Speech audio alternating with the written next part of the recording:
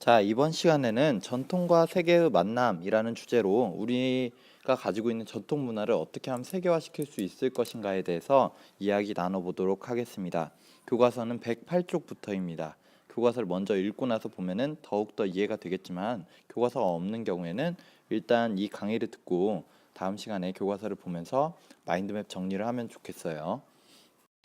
자, 전통 문화에 대해서 알아보기 위해서 먼저 전통 문화 하면은 생각나는 사진들을 몇 가지 봤는데요. 교과서에도 있는 사진입니다. 여기는 보면 태권도 중에 태권무를 하고 있는 모습 같아요. 그래서 태권도를 하고 있는 모습이라든지 브라질 하면 삼바 축제, 굉장히 열정적인 축제라고 하죠. 그리고 이건 뭘까요? 대중교통에서 자리 양보하기. 이것 또한 우리나라의 전통 문화라고 할 수 있어요. 대단한 행사나 보여주기 위한 것은 아니지만 일본만 가더라도 대중교통에서 나이 드신 할머니나 할아버지를 위해서 자리를 양보하는 일이 없다고 해요. 그래서 이런 것은 우리나라에서만 볼 수 있는 전통 문화라고 합니다. 이렇듯 전통 문화는 세계의 모든 나라 어디를 가도 있는 각자만의 그 세계 여러 나라들이 그 나라만이 가지고 있는 고유한 것입니다.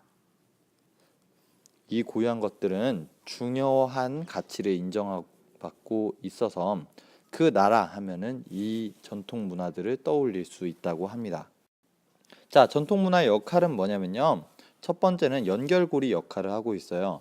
연결고리, 무엇과 무엇의 연결고리라고 하냐면 과거와 현재와 미래를 이어줍니다.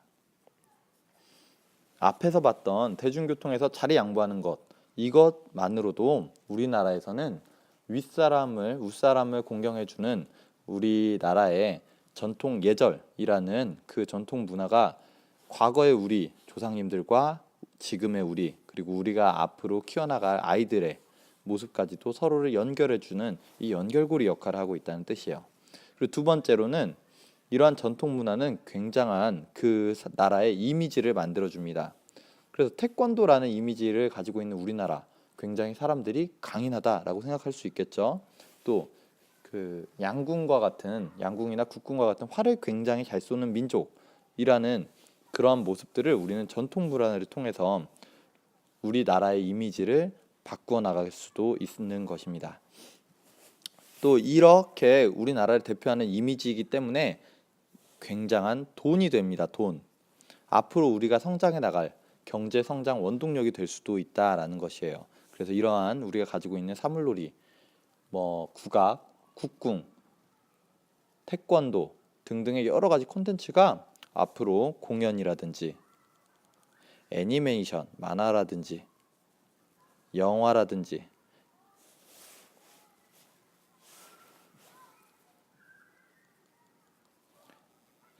하는 그런 이외에도 게임도 있겠죠. 게임, 음악 등등해서 우리나라의 앞으로의 산업 아이템으로 사용될 수 있다라는 것이에요. 그럼 이러한 전통 문화들을 어떻게 하면 세계 여러 나라에 알릴 수 있을까? 대표적인 내용으로는 교과서에 태권도와 떡볶이가 나왔어요. 그래서 이런 태권도는 이제 여러 나라들이 태권도를 많이 배우고 있잖아요. 그래서 태권도 사절단이라든지 아니면은 태권도 예술 창작 활동 등을 굉장히 지원을 많이 해주고 있고요. 외국의 태권도를 보급하는데 굉장히 관심을 많이 갖습니다.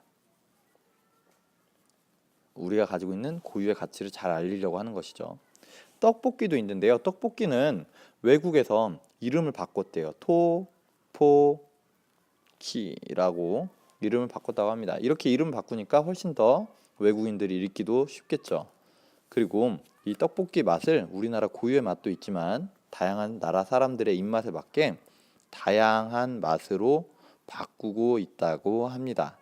다양한 맛, 다양한 재료 이런 것들을 사용하고 있는데 전통 문화를 세계화시키는 방법 첫 번째 태권도의 예로 들어서 본 건데요. 고유성을 알리기 위해서 노력해야 됩니다. 우리나라만의 것이다 라는 것을 홍보하기 위해서 이렇게 이제 우리나라 문화를 체험할 수 있는 프로그램을 개발한다든지요. 아니면 우리나라 문화산업단, 시범단을 외국에다가 파견해 가지고 우리나라 문화 자체를 알리는 방법이 있고요. 또 다른 방법은 다양화 방법입니다. 그래서 우리가 가지고 있는 전통 문화를 새롭게 재구성해서 게임으로 만들 수도 있고요. 우리나라 음식을 외국인 입맛에 맞게 개발하는 그런 활동들이 우리나라 전통 문화를 세계에다가 알리는데 큰 기여를 할 것이라고 생각이 됩니다. 자, 그 다음에 전통문화 홍보 장소에 대해서 얘기가 나왔는데 크게 중요하지는 않은 것 같아요. 우리나라로 따지면 인사동 외국인들 굉장히 많이 가죠. 인사동에 가면은 전통 문화도 많이 볼 수 있고요. 그 다음에 예술 활동도 많이 체험해 볼 수 있다라고 되어 있어요. 선생님도 인사동에 가서 직접 민화로 부채를 그려본 기억이 나네요. 이렇게 인사동 외에도 요즘에는 사찰이나 아니면 한옥주택, 우리나라 전통 주택인 한옥주택에서 전통문화를 체험하는 전통문화 체험 장소가 굉장히 많아지고 있다라는 이야기가 담겨져 있습니다. 우리 전통문화를 세계에 알리는 일 굉장히 중요합니다. 그러면서도 우리의 고유의 가치 잊어버리면 안 되겠죠. 다음 시간에는 교과서 108쪽에서 113쪽까지 108에서 113쪽까지 한번 정리해 보도록 하겠습니다. 수고했습니다.